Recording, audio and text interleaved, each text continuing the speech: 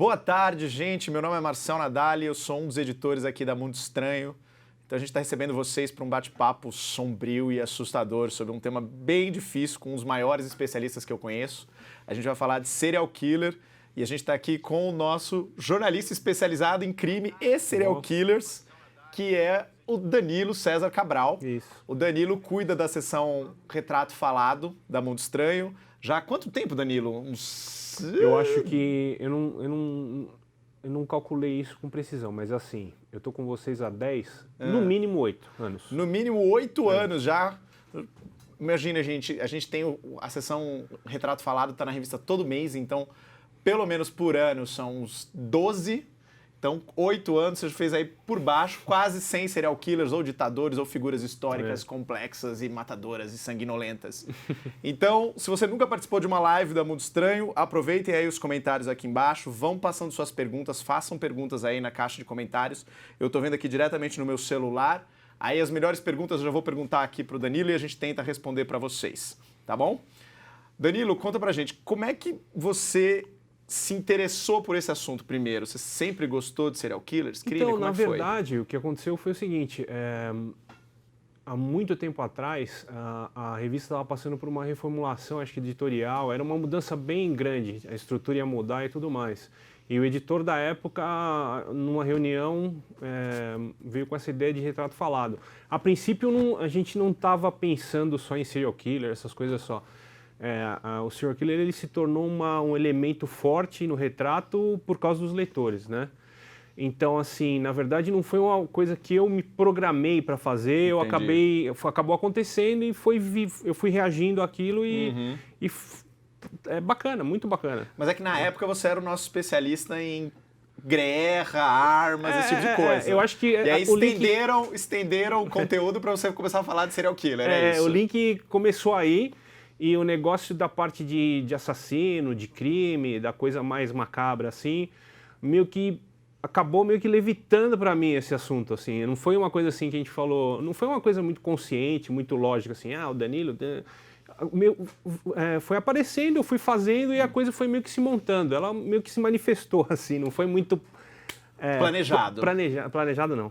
Mas diz uma coisa, lidar com um assunto tão sombrio, tão difícil como ele, eu sei que eu já editei muito texto seu, a gente já lidou com alguns casos realmente escabrosos. Sim.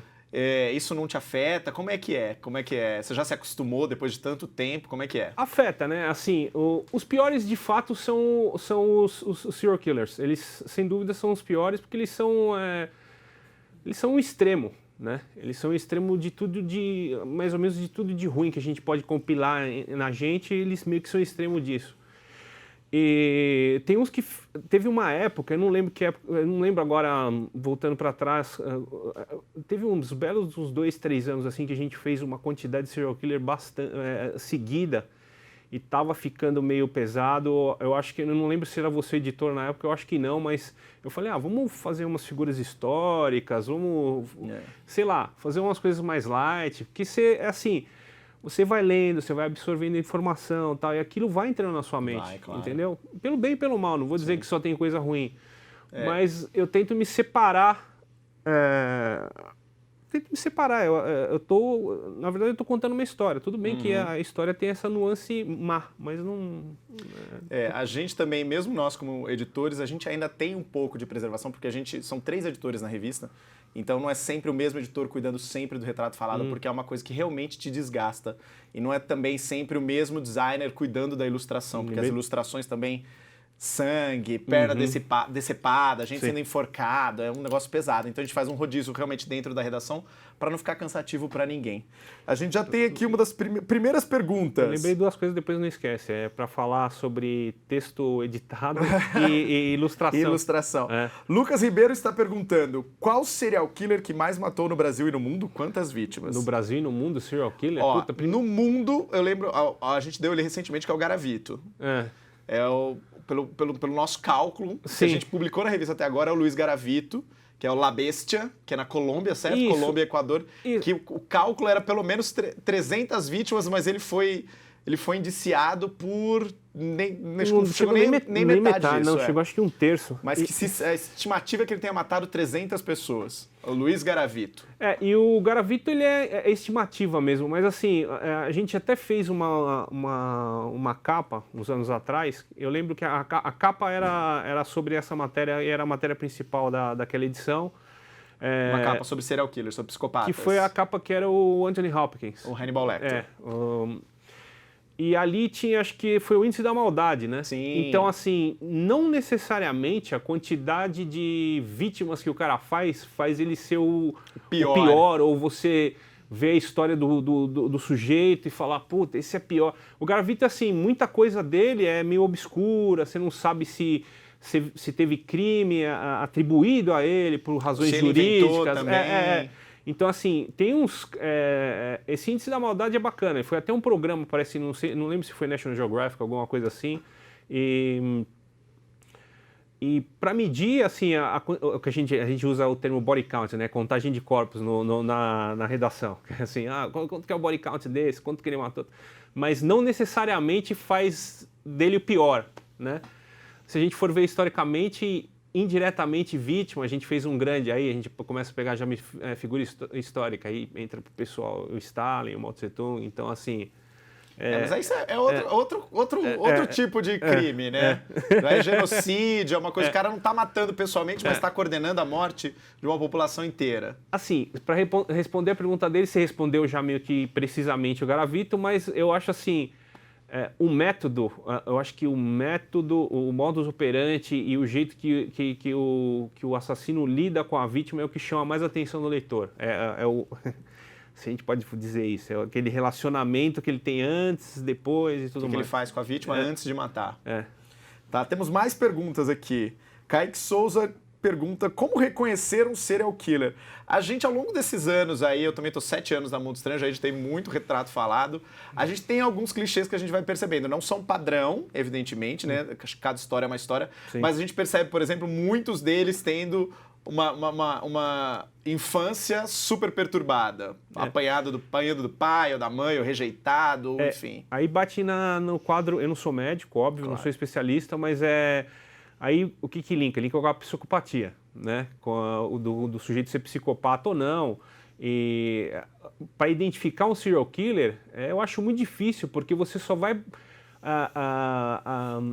começar a identificá-lo a partir do momento que ele cometeu algum crime. Porque, a princípio, ele tem esse tag, tem essa etiqueta de psicopata. Então, o psicopata, medicamente, ele tem certos padrões e certos comportamentos, ou coisas que ocorreram no passado, ou coisas que ele desenvolveu ao decorrer da vida, que tudo bem, ele recebe aquele tag de psicopata, mas aí a Super já explorou isso bastante, a Mundo Estranho já explorou isso bastante. Então, eu acho que o serial killer, o termo, ele só é caracterizado quando ele mata pela primeira vez e aquilo vira uma sequência, e aquela sequência de assassinatos tem um padrão, tem coisas identificáveis. Ou o mesmo tipo de vítima, ou o mesmo tipo de modo de matar. Modo de matar, exato. É a mesma coisa. O modo... a vítima, o local, o troféu que ele pega. Eu acho assim, agora uma coisa bem pessoal, assim, pesquisando todo esse tempo.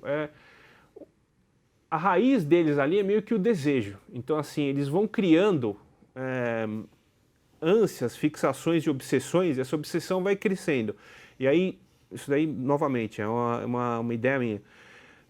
Associado a essa psicopatia, que ele tem toda essa coisa intelectual, às vezes o sujeito é extremamente galanteador, um cara que se dá bem socialmente, sucedido. Um que veio na mente agora rapidinho, o Ted Bundy, que é um cara que usam foto dele direto, falam que é um cara bem apessoado, um cara que conversa, um cara que, assim, você está interagindo com ele na sua vida, socialmente, você não vai perceber. Não vai perceber. É um serial killer. Você não vai perceber, e o Ted Bundy é um deles. Tem o Jeffrey Dahmer, tem vários americanos. A gente tem uma pergunta aqui que bate bem com isso, na verdade é um comentário do Rodrigo Scherer.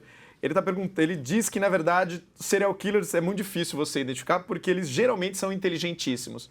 Isso não é verdade sempre, é? A gente tem alguns exemplos de serial killers que não necessariamente eram gênios do crime, como o cinema gosta de mostrar pra gente, tipo um Hannibal Lecter da vida, né? Não. Tem, ó, por exemplo, que eu tava vindo pra cá, eu tava pensando, eu falei, nossa, no final do século XIX, no comecinho do século XX, assim, nos anos 1900 e pouquinho, teve bastante crime em série por causa de, por exemplo, ganância. Então o cara, por exemplo, ele arrumou um jeito X de ludibriar uma quantidade de pessoas, acho que era, eu não sei, eu se lembro que o sobrenome do sujeito era Holmes e tinha também uma que era um hotel que eles... H.H. Holmes. É, o H.H. Holmes. Que é o próximo filme do Leonardo DiCaprio, supostamente. Então. E aí, então não só eles acabam desenvolvendo uma esperteza, entre aspas. Não é difícil de identificar, não é difícil. O difícil é pegar. Certo. Né? O difícil é o cara que está investigando chegar à conclusão de quem é, investigar e juntar a quantidade X de evidências para conseguir condenar aquele cara. Então essa é a dificuldade. Marcos David está perguntando, Chico Picadinho seria um serial killer? A gente já fez Chico Picadinho, já não fui eu que fiz, mas... Já teve um retrato falado do Chico Picadinho também. Um que eu queria ter entrevistado que não deu certo, que ele é considerado serial killer, mas é engraçado, que é só dentro da comunidade carcerária, é o Pedrinho Matador. Pedrinho Matador, também já fizemos. O Pedrinho é incrível, mas o Pedrinho, assim... Pedrinho, por exemplo, se a gente vivesse uns séculos para trás, por exemplo, se a gente tivesse num ambiente medieval, é um cara que seria um guerreiro, um herói, por exemplo, entendeu? Então ele tem a etiqueta de serial killer? Tem. Mas eu não sei se ele é um serial killer. Ele é assim, ele é o extremo da autopreservação. Qualquer paranoia ele já elimina logo de cara. O William Tavares também tem uma boa pergunta. Existe algum serial killer com autocontrole como o personagem do seriado Dexter? Você assistiu Dexter? Não, minha esposa assistiu. Eu não assisti. Então... A ideia de Dexter, evidentemente, sendo um serial killer que só matava outros criminosos. Eu acho que conseguia controlar a própria fúria para direcionar isso para eliminar pessoas indesejadas da sociedade. Eu acho uma exceção. Eu diria que eu acho isso uma raridade. Eu acho que isso foi mais atribuído para você poder fazer um roteiro ali do Dexter mais moralista, uma coisa mais ética e tudo mais. Mais fácil de assistir, porque moral e ética não são duas coisas que fazem muito parte da vida do serial killer. Entendeu? Por mais sofisticado que ele seja, isso daí é uma coisa bem pequena na vida deles, dá para perceber. Fácil. Deixa eu retomar aqui, meu nome é Marcelo Nadal, eu sou editor da Mundo Estranho. Estamos aqui com o jornalista especializado em serial killers, Danilo César Cabral, que cuida da seção Retrato Falado da Mundo Estranho. Há muitos anos estamos falando sobre serial killers. Por isso que ele tá de preto, eu tô de preto, o fundo tá preto, a gente tá tudo gótico hoje. Hoje tá. Tá lúgubre. O que mais nós temos aqui perguntas? Fernanda Ricciardi pergunta: quando identificamos um possível serial killer num grupo, qual seria a melhor maneira de lidar com essa pessoa? Se afastar. Não, essa daí é a primeira, né? Essa é a primeira, a autopreservação.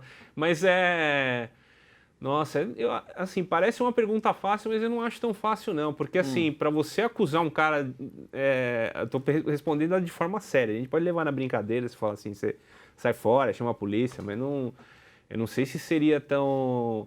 Eu acho que requer muita observação. E acho que você precisaria de outras opiniões e tudo mais, entendeu? Mas, evidentemente, acho que a ideia seria não confrontar essa pessoa. Você não vai acusar essa pessoa. Não, de forma nenhuma. Você vai realmente... Eu usei o termo observar. Né? Entendi. Então, eu acho que observar e trazer mais pessoas para poder causar ter uma imparcialidade. Para ver se outras pessoas têm a mesma percepção. Exatamente. Porque percepção é complicado, né? Então, uma pessoa julgar a outra, falar, puta, esse cara é um serial killer. É como eu disse antes, o cara ele só leva essa etiqueta quando ele já tem um padrão de modo operante e ele já matou mais de uma vez. Normalmente mais de 3 vezes. Quem tem que dar essa etiqueta é a polícia. Tem que ser a polícia, exatamente. Polícia, tem bastante gente de perfil psicológico. Aqui no Brasil nem tanto, mas fora. Nos Estados Unidos é bem conhecido Case profilers. Em relação a isso. Mais perguntas aqui. Nós temos Lucas Ribeiro perguntando: qual serial killer mais chama a atenção de vocês? Tem algum que você se lembra? Algum que você já fez, o que você gostaria de fazer? Não. O que eu tenho é meio clichêzão, mas eu acho que ele é o papai de todos aí, que é o Jack Stripador, né? Jack Stripador a gente já fez, ele é assim, ele é meio que... É engraçado, ele tem uma figura até, assim, quando eu faço ele tem umas... Ele é meio a deidade dos serial killers ali, assim, é uma coisa meio... Idolatrado. Não é idolatrada, parece um espírito ali no meio, mas ele, e um que ficou marcado bastante para mim foi o Jeffrey Dahmer, e bastante perfil que a gente fez na década de 70, tinha bastante serial killer bem pesado. Eu não sei se isso já era uma coisa que já acontecia, e aí a tecnologia, a parte criminal, a parte forense começou a evoluir, e isso começou a vir mais à tona na década de 70, e tinha bastante coisa bem pesada. O Jeffrey Dahmer é um bem pesado, tem um outro que era um casal, agora eu não lembro, não vou me recordar o nome. Esse eu considero o mais pesado. Era um casal que ele usava, o assassino usava a esposa, a companheira, para trair, e eles vão muito tempo com a vítima dentro de um trailer, com a vítima viva. Não sei se eu lembro muito tempo. E aí depois ficava com a vítima...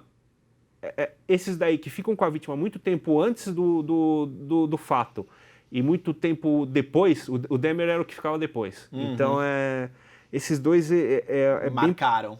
Bem pesado. Esses dois, aliás, quando a gente falou no começo da live que eu pedi para fazer umas coisas mais históricas e tudo mais, eu acho que eu tinha acabado de fazer desses dois. Com certeza o Dahmer estava no meio, porque eu até pedi na época, acho que o editor era o Volpe, o Fábio Volpe.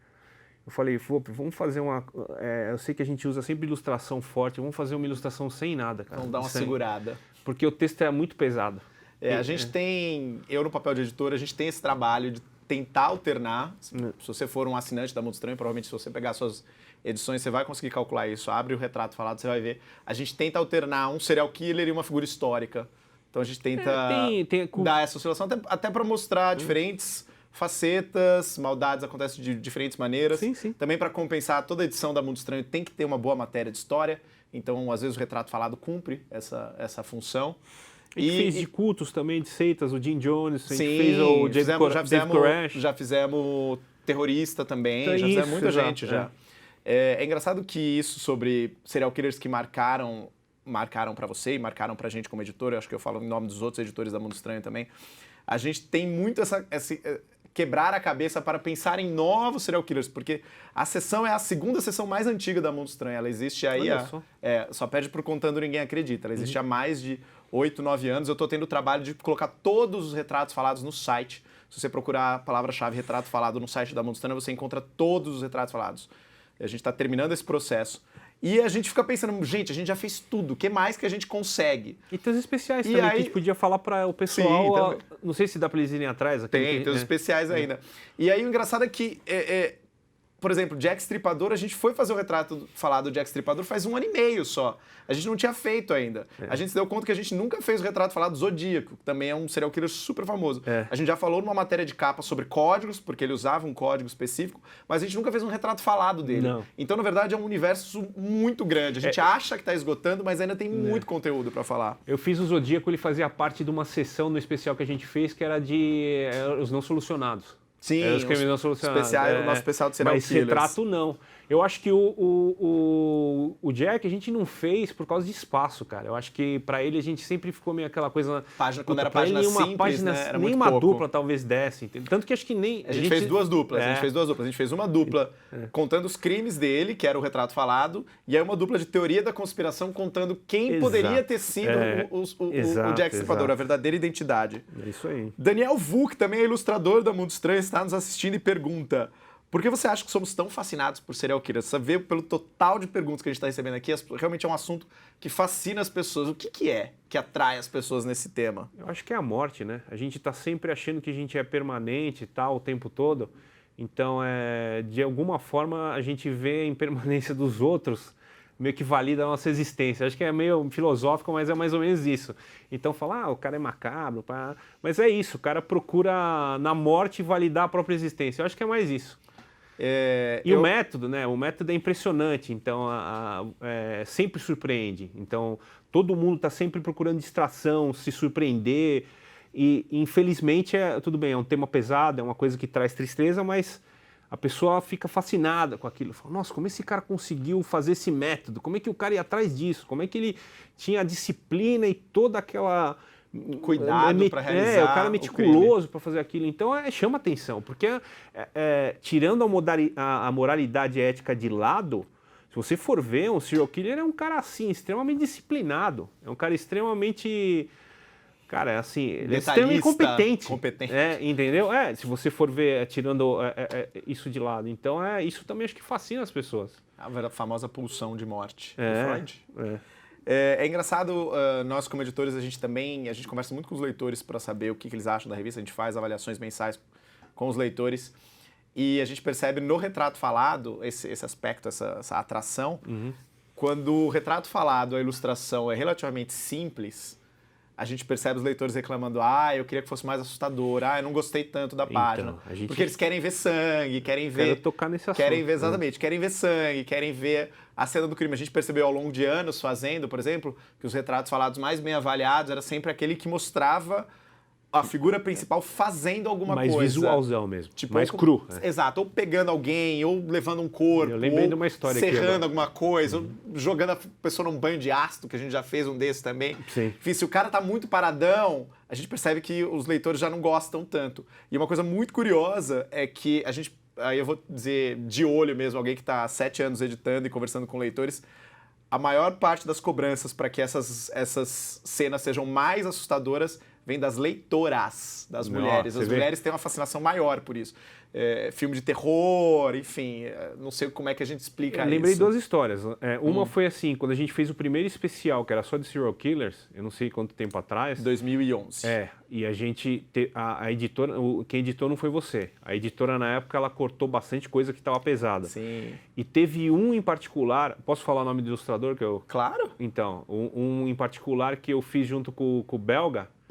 O Belga, ele já tem um traço que, assim, cara, é um cara que é específico para fazer isso aí. Então, eu lembro até quem ele era. Caprichava. Era o André Chikatilo. E era uma cena, porque as vítimas dele eram crianças. Então, a gente teve que censurar a ilustração. Porque o Belga, assim, ele fazia, aí quando chegava pro designer, o designer falava, não, tá acho muito que o designer pesado, assim, volta um pouco. Ou ele fala assim, faz o que você tem que fazer que a gente tenta minimizar aqui, né? Então, o Chikatilo foi um que rolou uma censura. E o primeiro especial em texto teve bastante corte. Eu sei. É difícil, é muito complicado, é muito estranho. Estava nessa oscilação, a gente tinha um público adolescente muito forte, hoje o nosso público está mais velho. Então tinha uma preocupação ali, o quanto aquilo que você estava discutindo... A mãe ligando aí. Não só isso, assim, você fazer um especial inteiro sobre serial killers... você não sabe o quanto você vai influenciar uma pessoa. Você tá uma pessoa lendo 70 páginas de serial killers, entendeu? É um negócio pesado. Entendeu? Então a gente tinha essa preocupação também de não exagerar demais, né? E se corrija se estiver errado, teve que colocar aquele tagzinho de 18 anos. Tivemos, a gente foi o início da linha hardcore da Mundo Estranho. Era a linha hardcore, a gente colocou um selo na capa avisando que era só para maiores de 18. A gente já fez muitos especiais de serial killers, né? A gente já reuniu vários dos retratos falados de serial killer num bookazine que a gente lançou no final do ano passado, em agosto do ano passado, na verdade. Então isso volta e meia, volta na banca. Se você tem interesse por esse assunto, é um produto legal para procurar. E a gente está planejando mais coisas sobre serial killers, porque o assunto nunca termina, o fascínio das pessoas é muito grande. A gente já está com quase 25 minutos de live, a gente vai começar a fazer umas últimas perguntas, passa muito rápido mesmo. Vai lá. Que mais? Responder. Simone Ferreira pergunta, é possível um serial killer se regenerar? Regenerar? Não sei, a Marvel podia fazer um desses, né? A Marvel ADC ou a Vertigo. Acho que ele ficava bem na Vertigo.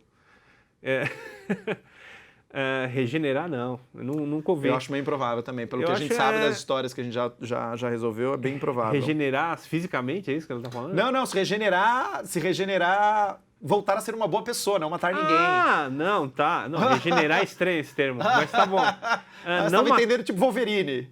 Agora eu entendi o que eu fiz pra Marvel. O que ela quer dizer, assim... Se reintegrar à sociedade como um cidadão de bem. Ixi, eu acho meio improvável também. Eu acho pouquíssimo. Eu não tinha entendido a pergunta. Nós temos aqui várias pessoas sugerindo vários temas. Por exemplo, um serial killer, vamos ver se você conhece. Tsutomu Miyazaki, o Drácula humano. Nunca ouvi esse falar. a gente não fez. A gente fez um Ishikawa recentemente, mas ele não é um serial A gente tá fazendo agora, a gente cansou de serial killers americanos, já fizemos um colombiano, Sim. fizemos um vietnamita, já fizemos 2 irmãos chineses, agora a gente tá fazendo um chinês agora pra esse mês. A gente tá rodando o mundo, pegando serial killers do mundo inteiro. Então, olha, Rodrigo Scherer, vou anotar aqui. Não, mas respondendo, não. Tsutomu Miyazaki, pode ser uma olhar, boa vamos olhar, pauta, vamos vamos olhar, ver. vamos olhar, é. E alguém aqui sugeriu o Igor Tavares. Vocês já ouviram falar sobre a Fera da Penha? Esse aparentemente deve ser brasileiro, então. Cara, olha só, não... A Fera da Penha. Não, e eu vou te dizer, a gente teve, eu com outro editor, muitos anos atrás, a gente, quando foi fazer o especial, a gente procurou vários especialistas, tem até uma especialista aqui em São Paulo que chama Ilana Casoy, que ela trabalhava muito com... Trabalhava praticamente só com serial killers locais aqui do Brasil, né? E esse eu nunca ouvi falar, cara. Boa, vamos olhar. Procurar a Fera e da ela Penha. tinha uma lista grande, não vem nem na minha... nem, se eu puxar a memória, eu não consigo nem lembrar vagamente, eu acho que não. A gente tem mesmo no site, a revista já cobriu vários serial killers brasileiros.